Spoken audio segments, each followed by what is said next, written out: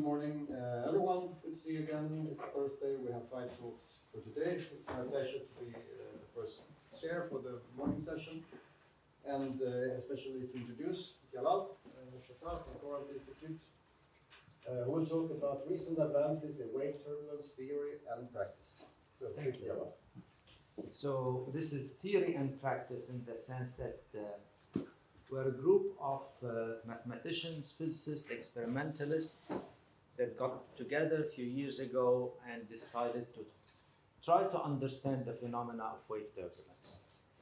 And we got together like 4 years ago with, this is the name of the PIs. We applied for a grant from the Simons Foundation to try to have the mathematicians and the physicists, theoreticians and experimentalists talking together to see what is wave turbulence is all about, whether it's true or not, when does it hold, and for mathematicians to really know what the problems the physicists and the experimentalists want us to look at.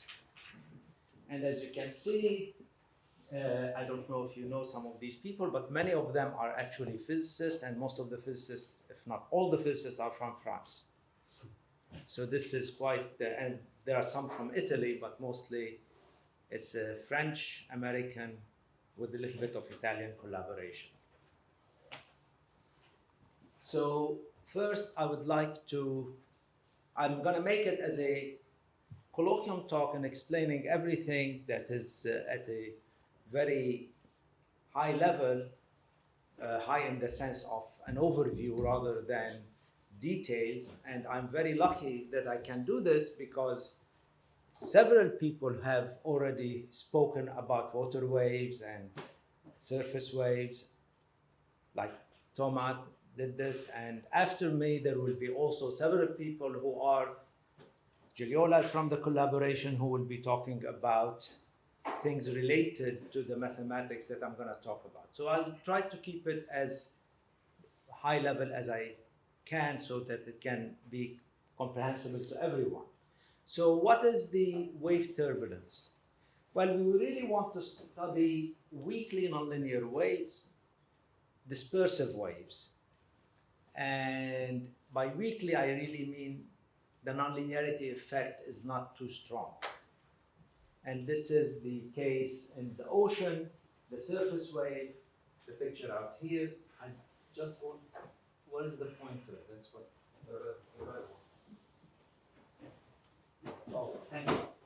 So this is the surface waves in the ocean. This is the kind of waves I would like to study. Oops. And this is, surprisingly, it's not waves in the ocean, it's waves in the atmosphere.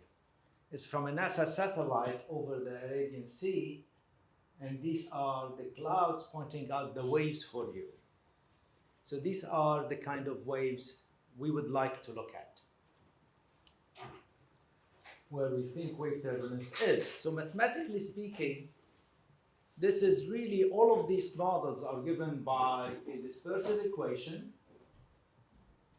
This is an equation on some domain that doesn't matter for now what it is, was looking at solutions of order 1. That's because I introduced a small nonlinearity, and this is what I mean by weakly nonlinear waves.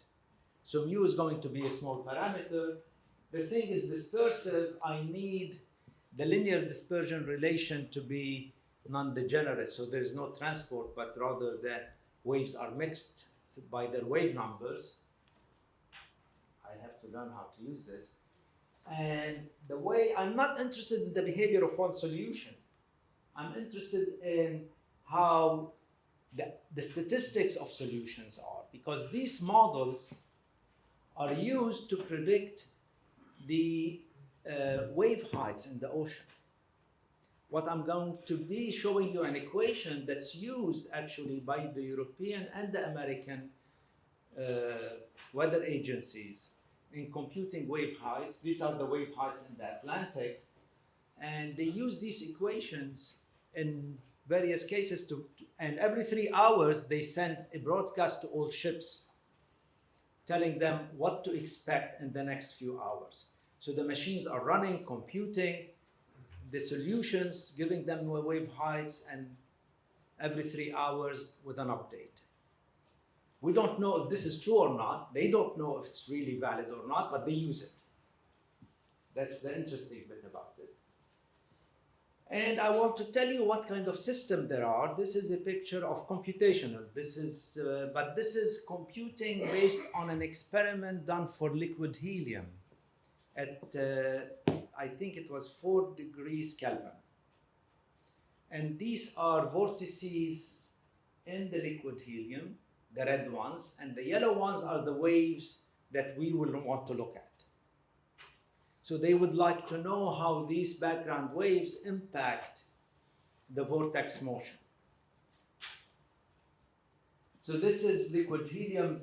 Is really, apparently, the Schrodinger equation is a very, very good model for the motion of these vortices. The problem that interested me first is because of the water wave problem, the surface waves. And we are, as we heard before, there are several types of surface waves, capillary and gravity.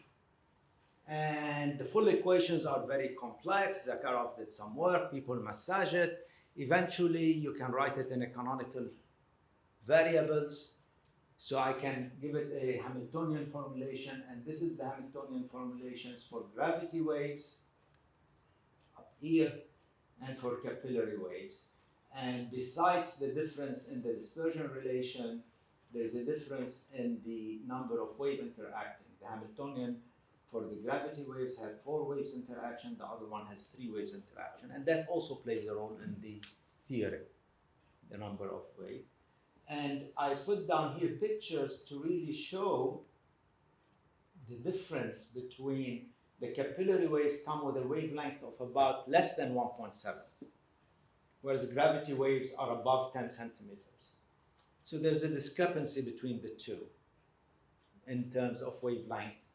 And this is something here, I learned the term from my physicist colleagues and friends now, that they call it white capping. It's not wave breaking, it's white capping. And now I asked, what's white capping? They said these are capillary waves on top of the gravity waves.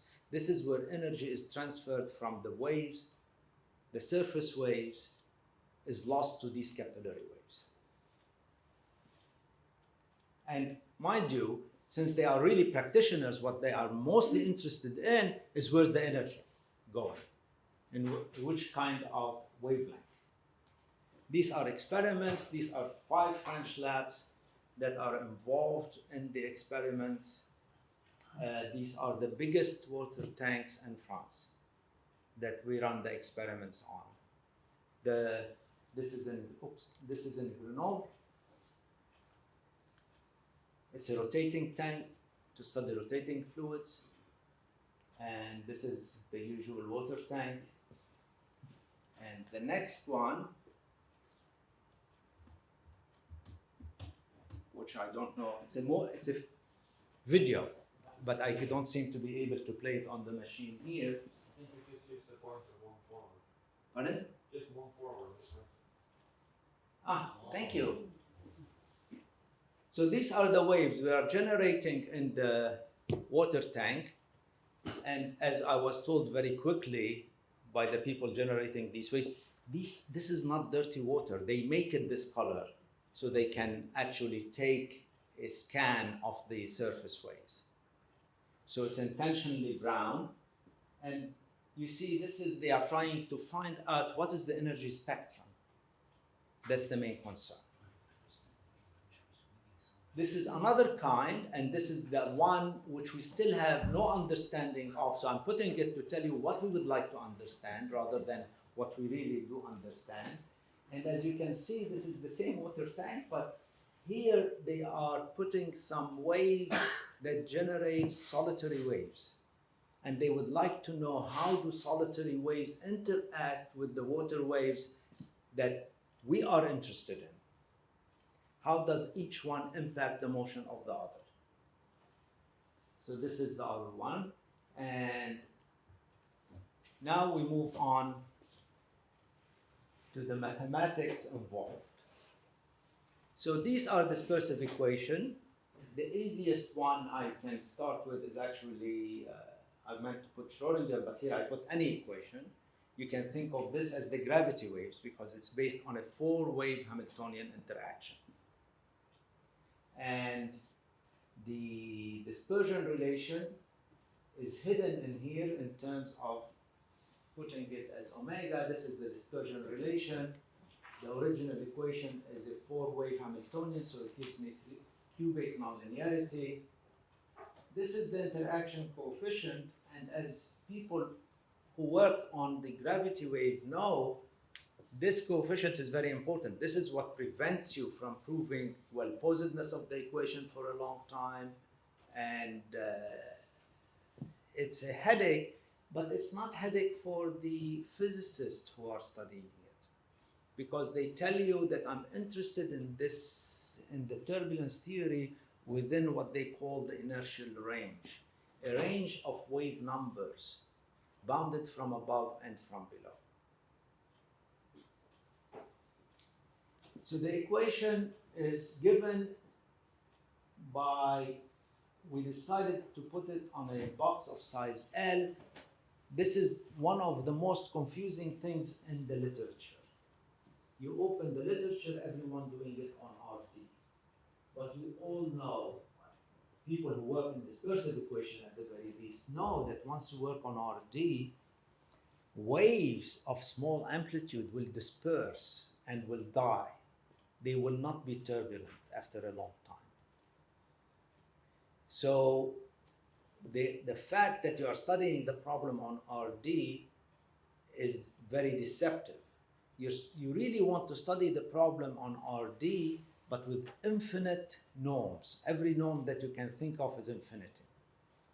So the problem, an easier way to think of the problem, which now this is one of the contribution of the collaboration, is that after very long conversations with many of my physics colleagues, now they really do consider it with a periodic boundary condition. They say there's really no difference to us. It's easier for us to write integral, meaning the sums. But that introduces a length scale of the periodicity. So we want to study the problem with very large periods, L, and with a very small nonlinearity mu. And we want to study, again, not a single equation, but the statistic of the solution. So we're assuming the data is Gaussian. So you just put a random variable, you don't know what the initial data is. You just want to see how the energy is changing. And by the way, I should have said this in the very beginning. If somebody has a question, please interrupt me. I have no problem with that. I would be, interrupt me as often as is necessary, but not anymore. Okay. So how one will derive the kinetic equation from the PDE? You start with expanding the equation and say Fourier modes. This is the easiest thing you do. You write down what we call the interaction representation. That is, you factor out the linear flow, because this will have no impact on the energy consideration. And you write the equation just as a system. This is because it's a convolution. It's a three-term nonlinearity, so it's a convolution. But this is the convolution kernel. It's an oscillatory integral. And then you wanted to compute the expected value of the amplitude squared. You started with Gaussians. So what's the amplitude squared? You wanted the expected value. Well, you take the amplitude squared and you take the derivative because you have an equation. You get the usual problem, namely you are taking the equation, you get a four wave, but you want to take their expected value. You don't have independence as flow starts. So you write it as the expected value of a fourth term. And what do? Well, I don't know this guy, let me compute its derivative. You compute its derivative, you get the expected value of 6 terms. And you keep going on and on and on. And then at some point you get tired. You say, you know what? The 2J stir has no initial data. I went beyond the range where things are interacting. There is no more case for them to interact. I only had finitely many Ks. So initially, this term is 0. Since it's a 0, then this term is incredibly small because of this parameter should be small. So this will be small. Now I can start integrating backwards, one by one, starting from the fact that this is a very small term, has very little impact. This system is solvable. And then I get to solve what's the equation for the fourth term. This is a standard closure problem, and people do it in kinetic theory. It's a standard argument, how you get to the system. But now, in fact, in some situation, you can go infinitely long in this system, and I'll explain that later. So you do this, and you want to solve the top equation. You solve it, because these are all linear now, once you neglected the last term.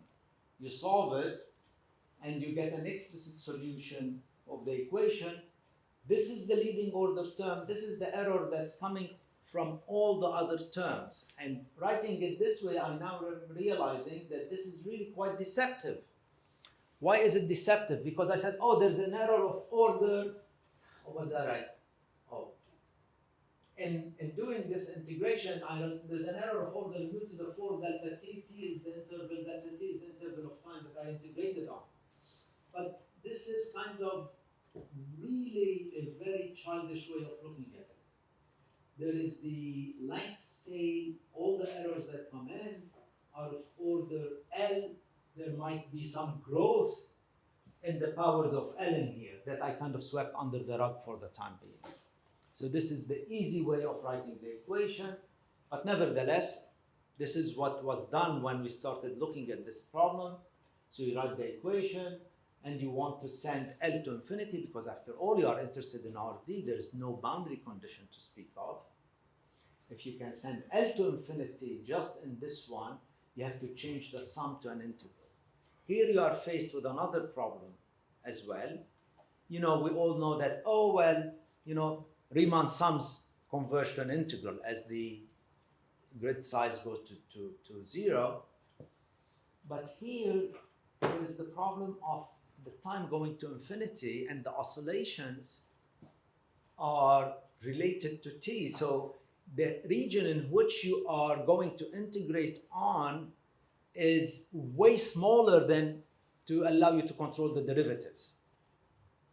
So you are trying to do a Riemann sum into an integral to get into a very, very small region beyond the realm of Riemann sums. So this is another complication in the problem that people were not aware of when we started this project. People who do wave turbulence, I should say. Many of you might have been aware of it, but people who do wave turbulence were not aware of this problem. And that is how to change this sum here to this integral in a region which is very tiny, because you can see you are collapsing everything on surfaces, lower dimensional surfaces in your work. And then you want to look at the equation for a very long time, that this oscillation becomes a Dirac mass, and you get down an equation for the expected value of AK squared, and from it you write down your differential equation, and you can see the integral now is done over 2 Dirac masses, one due to the frequencies and one due to the wave numbers. This comes from the convolution, and this comes from the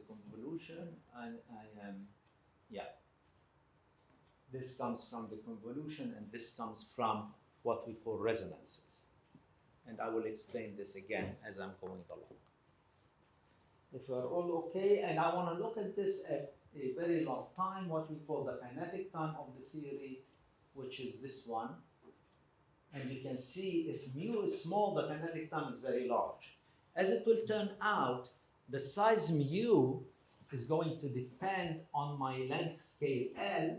L is going to infinity, mu goes to 0, t goes to infinity. So I have these three things going against one another, and all the errors depending on them, and the error might be much bigger than this term here, the one I wrote down.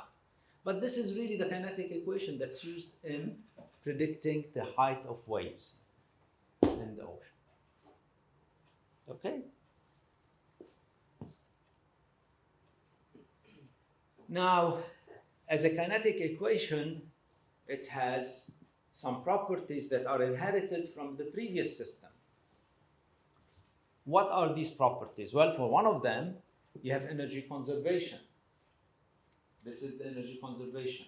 Now, if somebody is wondering, well, I started with a nonlinear system.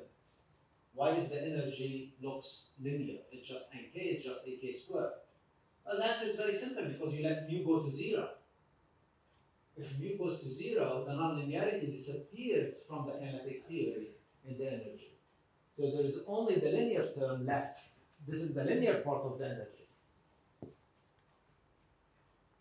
This is the wave action conservation, and the reason for this is just that they wrote the equation in canonical variables. But there is another one which I really cannot say. I asked everyone, why do you have this? Why do you have entropy? I mean, I did this thing. It's not based on fundamental physics to say, oh, this is the log of the probability or anything like this. I just started with wave amplitude, took the equation, derived things, and nevertheless, I have entropy, which is always increasing. It's fascinating to me, and I would very much appreciate if anyone has an explanation. Why do you have this entropy? I know I have it, I can calculate it, but I don't know why. And this entropy is very interesting. It's positive unless you have this equality. Look, if this equality is there, then the right-hand side is 0, and dt of nk is 0. So this nk does not change, so d by dt is identically 0. And this statement is if and only if for entropy. These three things also will play a very important role in understanding what the practitioners want to know from these equations. So first, they look for stationary solutions. So you look at the kinetic equation, you say, I'm going to look for stationary solutions like any other kinetic theory. What are the stationary solutions of this equation? There are obvious stationary solutions that come from these Dirac masses. See, Dirac of omega is 0, and if Dirac omega of 0, then these quantities mimicking omega k will give you a solution. This is referred to as the Rayleigh-Jeans solution. This is the case where this equality is 0, and these are solutions which they call in thermal equilibrium. Namely, if you write down the energy flux conservation for these solutions, the flux is identically 0. So dt of E is 0, and the flux is 0. The flux is the difference of these two, so there is no flux in them. And you can write them very simply. It's just the frequency, and these are two constants. They also should be the solution that maximizes the entropy.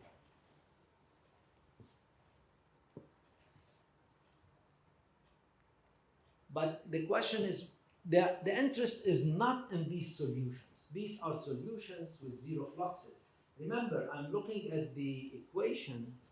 What people would like to know, what the practitioner, the physicist, and everybody is transfer of energy between scales.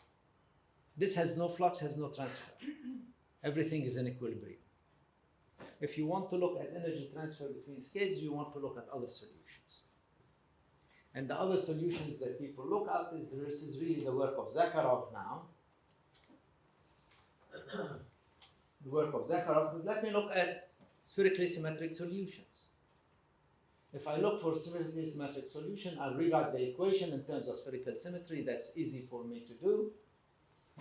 then I have a new equation in spherical symmetry, and I'm going to write my conservation laws. The energy conservation law is written as the dt of this is the energy, and this is the flux of the energy, and this is the wave action conservation law, and this is the flux of the wave action. And the question is that, are there any solutions of this kinetic equation where this Q is not zero, stationary? How can this happen? If Q is a constant, so you look for a stationary solution where Q is a constant or P is a constant. So they are still stationary, but they have fluxes. These are called Kolmogorov-Zakharov solutions, and these Kolmogorov-Zakharov solution is what makes it a non-equilibrium statistical mechanics problem. So this is out of equilibrium solutions because there's energy fluxes.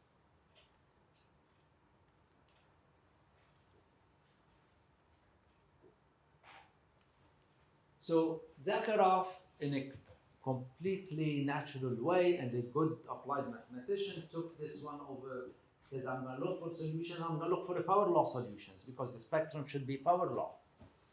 Plugged it in, and when do I get solutions? He found out that sometimes you get solutions for different values of alpha, the power.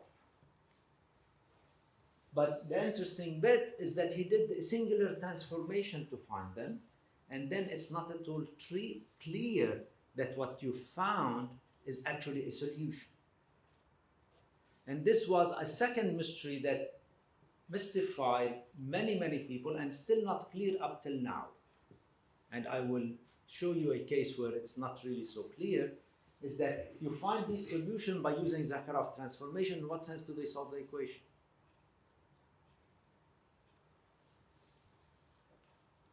So this is the problem for the NLS. You put it in the machinery of that is outlined by Zakharov, you do the calculations, and you find out that you have two solutions. The two solutions related to two powers of alpha. One gives you, there is an inverse cascade. Remember that I should remind you actually, what I mean by an inverse cascade, meaning the energy, the transfer is from the high K to the low K number. And there's a direct cascade going from the low K to the high K. This here, the direct cascade, is going to be cascade of energy, and inverse cascade will be the cascade of the wave action. They are two separate quantities. And you find out that the first solution that you can find by Zakharov transformation is actually a solution, but the second one is not. And this is an issue that physicists call locality. They are aware of it, but they cannot, it really has no definition. It's just you try it, and you try to get an answer. And this is an example where the direct transfer of energy, that is the direct cascade, does not match the computations. So this is a computation done by Alex Korotakevich, a collaborator on the collaboration, and he took the gravity wave problem. And remember, the Kolmogorov-Zakharov solutions have non-zero flux, so they cannot be achieved by the equation without putting any forcing and any damping, because how can you achieve something that is a non-zero flux as a steady state? So they have to put forcing and damping to see these solutions. And this is what happens in the ocean. There is wind, there is only forcing, and the wave breaking or capillary wave, white capping takes out the high wave numbers, so they are damped. So he did the same thing on the computers. He computed what happens to the energy spectrum of the water wave problem, of the gravity wave problem. And he found out he forced the system at very few Ks, and he found that there is a direct cascade of energy, but it's the wrong number. It does not match what Zakharov decided, for the inverse cascade. So there's a discrepancy. Here you find the Kolmogorov-Zakharov solution, but when you simulate it, you find a different energy spectrum in computation and could not be explained. The inverse cascade problem here that Zakharov solution tells you it should be 23/6, which is a little bit less than 4, 3.8. And he's finding it to be 3.1. So now explanation. So he's a physicist. He's a student of Zakharov, by the way. So we started talking about this.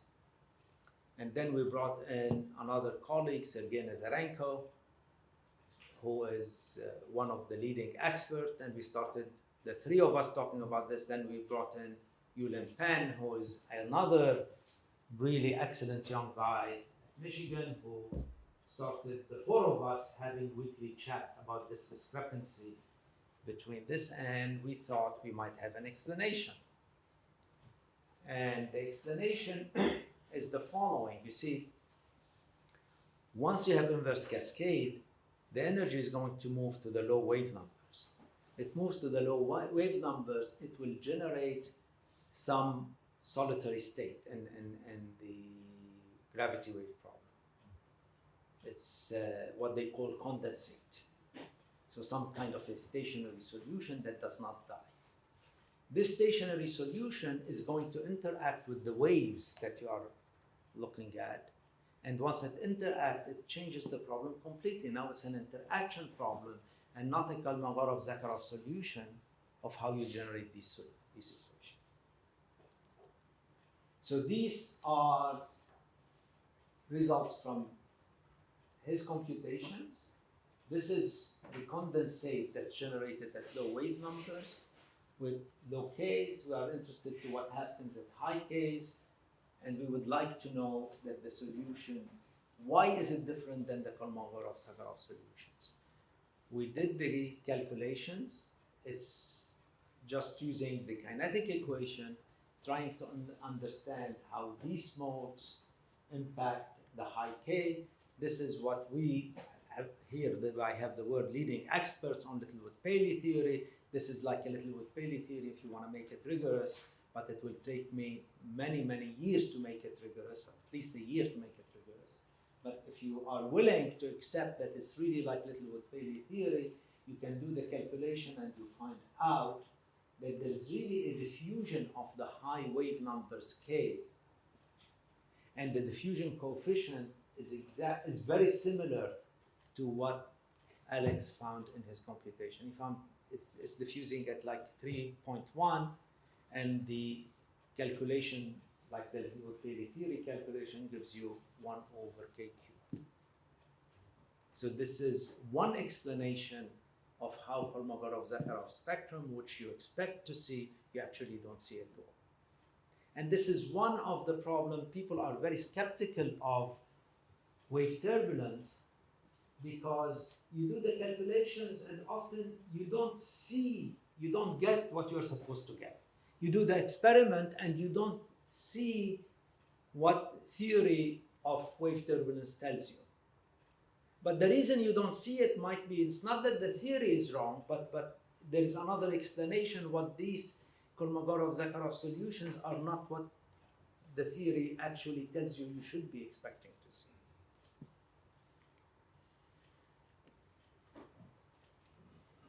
So one can attempt to do some rigorous derivation. Now allow me to do a little bit of explanation of the serious mathematics.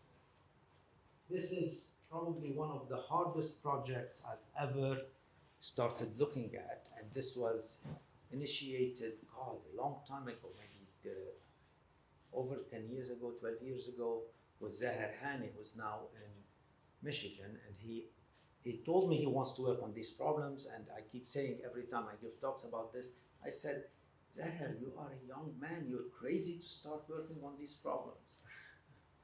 you should really be working on more solvable problems. No, no, no, I want to do it. And I kept, since he was a postdoc, I really kept checking on him. I was worried about him. How can he get a job in a year's time after he finishes his postdoc? And to my amazement, he was making enormous progress. So then I started understanding, and I became interested. So as my postdoc, instead of I getting him interested, he got me interested in the project. And this is how it started like 12 years ago or so. And we started by looking at the NLS. And he was looking at this before anyone else. And wanted to understand how can one do the kinetic theory for this equation.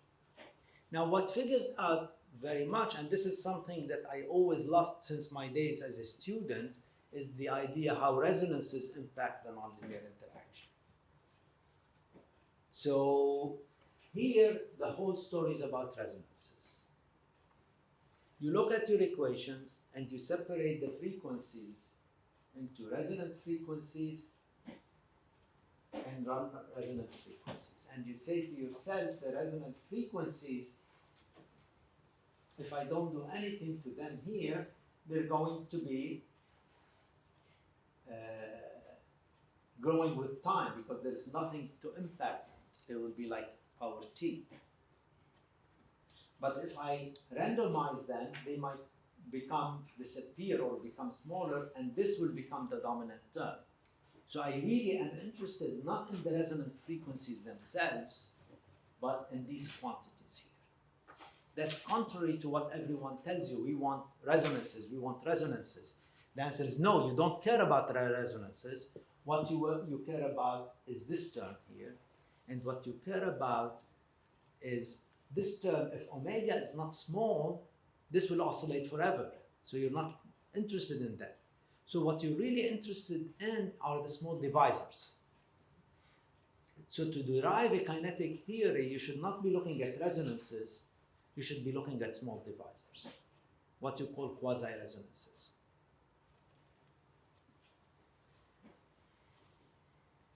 And then you want to look at this problem with many parameters. As I said, there are limiting situations. You cannot expect yourself to prove this problem for all values of parameters or all range of parameters. So I want it on a long interval. I have the linear time scale here. The linear time scale is always of order 1. I want to see nonlinearity, so I want to look at the equation where the nonlinear effects take place, and this is 1 over mu time, because the nonlinearity has mu coefficients in it. I want a case where the resonances are not harmful. They don't form these solutions that grow up. The resonances give me a time scale of L squared, or L squared log L, or something like this that I can control. So I want to look at the system before this time scale. And I want to look at it at what the kinetic theory tells me I should look at it at time of 1 over mu squared. So I have this is the time I'm interested in, so I should be here. So the only way to prove kinetic theory, if you arrange your parameters before the resonant time and after the nonlinear time. This is where if you put dependence of the size of the parameter with the size of the solution, you can write it down this way, and you get to be, there's only now one parameter that you want to send to infinity, and this is the length. And this is where the problem lies, is how do you do this problem? You start by developing,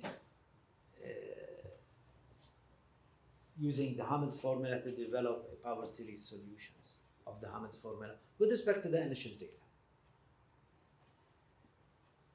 Now, this is, as you all know, if some of you ever tried to find an expansion in terms of the initial data of an evolution problem, after one term, I lose track.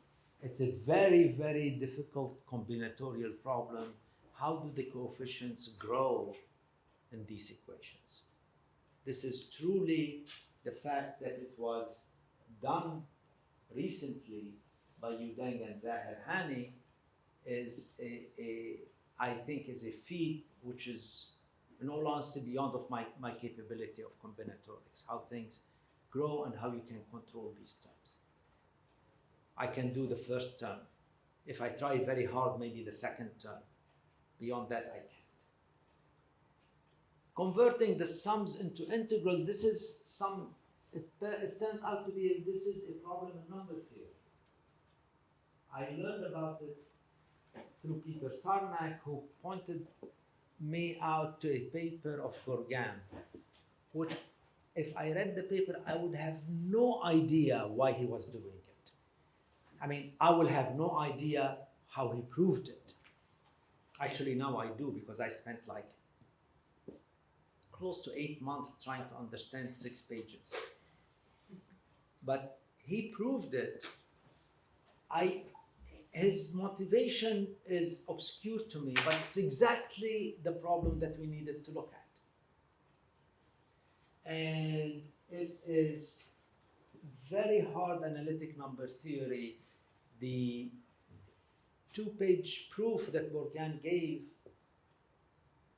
is a whole section in our paper that we wrote down to explain how to go the proof. He had an outline.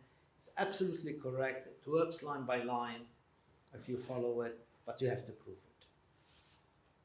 And this is probably, I mean, this is for me was really one of the hardest things I've done in this project. Then there's the problem of you iterate, you can never go to infinity, you have a remainder term. How do you control the remainder? This is a problem in dispersive equation. How can you solve for a very long time? And again, this is a problem which I could do with lousy estimate, but for the NLS, Udang and Zaher were able to control this remainder term that allowed you to get to a wide range of estimates in the parameter regime. So this is the previous work. Juliola will talk about what she did for KdV type equation with stochastic damping. She was able to derive the kinetic theory for that equation. And there is a previous work on linear theory by math physicists. Of course, you know, some of you might know Yao or Spahn, and they are incredible workers. There's a related, they looked at very similar problems with very similar ideas on this problem. And then for the NLS, this is the final result that was started with a whole range of people working, but it was finished by Zaher and Udang, where they got it for, reached the kinetic time for all ranges, almost all ranges, except one boundary term, which no one can reach, which Juliola can reach because of the nature of the problem, but he will talk about that. Right? It's not, and this is an important fact that one has to understand, reaching this case, where you decouple the dependence between the nonlinearity and the scale size. And it's a very, very important result in this way. Now, just 2 words, I have time to say how about the proof, the iterations. The only way I learned from them how to keep track of iteration is to use Feynman trees, what they call Feynman trees. This is a term I don't know if they coined or somebody else coined, but it's new to me. So just like 5 years ago, I learned about this, 6 years ago, what they call Feynman tree. And this is really representing the iteration of the Hammond's formula by pictures, because seeing a picture is easier than seeing an equation, nothing more. So you iterate once on a cubic term. I'll explain the picture here.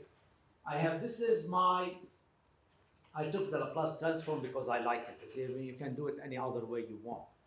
But Laplace transform is easy for me to think, doing Laplace transform of the nonlinear equation. You take the Laplace transform, you have this formula here. The first term is the initial data. It's represented here. Now you look at this term and say, aha, I'm going to do, the only thing I know how to do is that here I have oscillation. This is the Fourier, this is the Laplace transform. So let me integrate by parts on this term. If I integrate by parts on this term, I get 1 over s plus I omega times this data at the boundary plus the remainder term. This term here is represented in this picture. This, I can't see color. These are supposed to be colored. I don't know if you can see them or not. My eyes are terrible. This color here is just the 1 over omega.